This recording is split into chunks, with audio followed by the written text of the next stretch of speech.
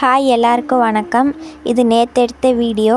நேற்று சித்ரா பௌர்ணமிங்கிறங்காட்டி கோவில் விசேஷத்துக்காக நாங்கள் எல்லோரும் ஒகேனக்கல் போயிருந்து தீர்த்தம் ஊற்றிட்டு வந்திருந்தோம். ஒகேனக்கல்லேருந்து எடுத்துகிட்டு வந்த தீர்த்தத்தை சித்ரா பௌர்ணமி அன்னைக்கு நாங்கள் எங்கள் ஊர் சாமி அருள்மிகு உச்சி மகா காளி அம்மனுக்கு இந்த தீர்த்தத்தை செலுத்த போகிறோம். அருள்மிகு உச்சி மகா காளி அம்மன் ரொம்ப சக்தி வாய்ந்த சாமின்னு எங்கள் ஊர்லெலாம் சொல்லுவாங்க. அதுக்கு பெரிய வரலாறே என்னோடய அம்மாச்சி சொல்லியிருக்காங்க. அந்த வரலாறை நம்ம இன்னொரு வீடியோவில் நான் சொல்கிறேன். கோயிலுக்கு போயிட்டு அங்கே இருந்த கலசம் எல்லாம் வச்சு பூஜை பண்ணிவிட்டு கலசத்தை அவுக்க ஆரம்பிச்சிட்டோம். கலசத்தை அவுத்து அதுக்கு பூவெல்லாம் போட்டு அதில் டெக்கரேட் பண்ணோம்.